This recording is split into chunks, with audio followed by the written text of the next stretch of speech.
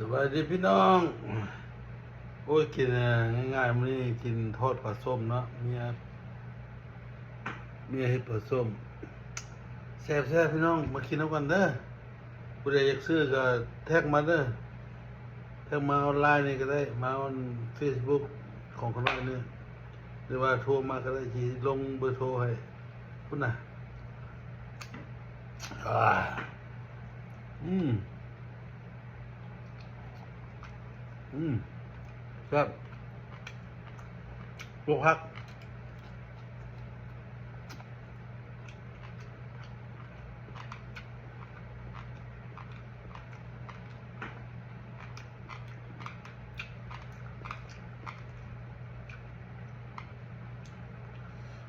ขัวผักใส่